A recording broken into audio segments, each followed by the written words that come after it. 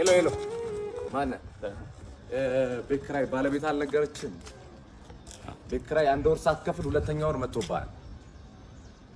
እየሞከርኩኝ ነው ትላለህ እንዴ? አትሰማም እንዴ? እየሞከርኩኝ ነው። ያንተን የቤት ኪራይ ልከፍል እየሞከርኩኝ ነው። የልጆች ትምህርት ቤት ልከፍል እየሞከርኩኝ ነው። የሚበሉት አጥተው እየሞከርኩኝ ባለቤትን አሟታል። ሰው አይደለ እንዴ? ይኸው ተመልከት። ይሄ የልጆች ጌም የሚጫወቱበት ልሸጥ እየሞከርኩኝ ነው። አስብ እንጂ ሁሉም ሰው እየሞከረ ነው በዚህ ሰዓት።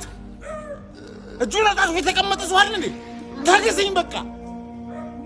እየሞከርኩኝ ነው።